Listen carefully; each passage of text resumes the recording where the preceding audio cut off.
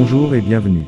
Aujourd'hui, explorons ensemble une question fascinante et profonde, pourquoi Dieu ne détruit-il pas Satan?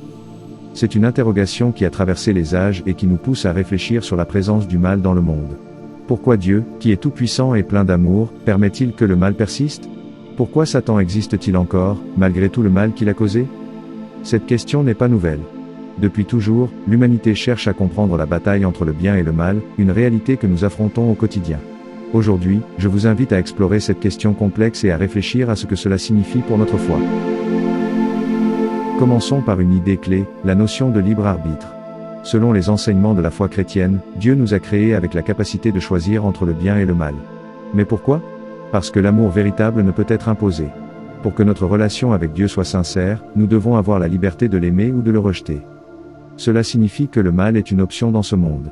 Si Dieu nous forçait à toujours faire le bien, cela irait à l'encontre de notre liberté. Cette liberté de choisir, bien qu'elle permette l'existence du mal, nous donne aussi l'opportunité de démontrer notre fidélité et notre foi, même face à des épreuves difficiles. Mais cela nous amène à une autre question, pourquoi Dieu a-t-il créé Satan?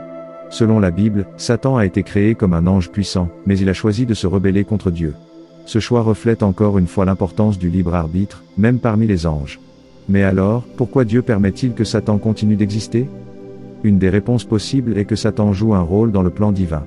Peut-être est-il là pour tester notre foi, pour nous aider à grandir spirituellement. Les épreuves que nous affrontons dans la vie, bien que douloureuses, peuvent renforcer notre confiance en Dieu et notre capacité à choisir le bien.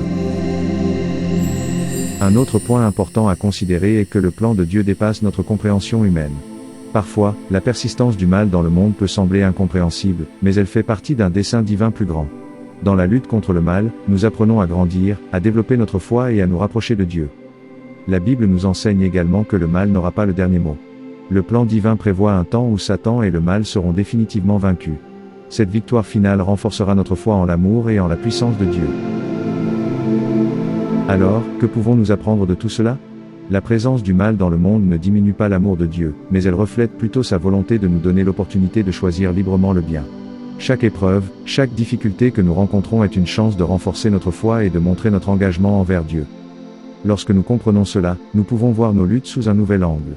Elles ne sont pas simplement des obstacles, mais des opportunités pour grandir et pour nous rapprocher du divin. Et toi, qu'en penses-tu? Pourquoi crois-tu que Dieu permet l'existence de Satan et du mal? Quelle est, selon toi, la place du mal dans le plan divin? Merci d'avoir pris le temps d'écouter cette réflexion. N'oublie pas que chaque défi peut être une occasion de renforcer ta foi. Continue à chercher des réponses, à croire et à avancer sur ton chemin spirituel. À bientôt pour une nouvelle réflexion. Et voilà, c'est tout pour aujourd'hui. Nous espérons que vous avez apprécié cette histoire autant que nous avons aimé la partager avec vous. Si c'est le cas, n'hésitez pas à laisser un pouce bleu, à commenter ci-dessous ce que vous en avez pensé, et à partager cette vidéo avec vos amis. N'oubliez pas de vous abonner à notre chaîne et d'activer la cloche pour être informé de nos prochaines publications. Merci de nous avoir rejoints aujourd'hui, et à très bientôt pour une nouvelle histoire passionnante. Prenez soin de vous et restez curieux.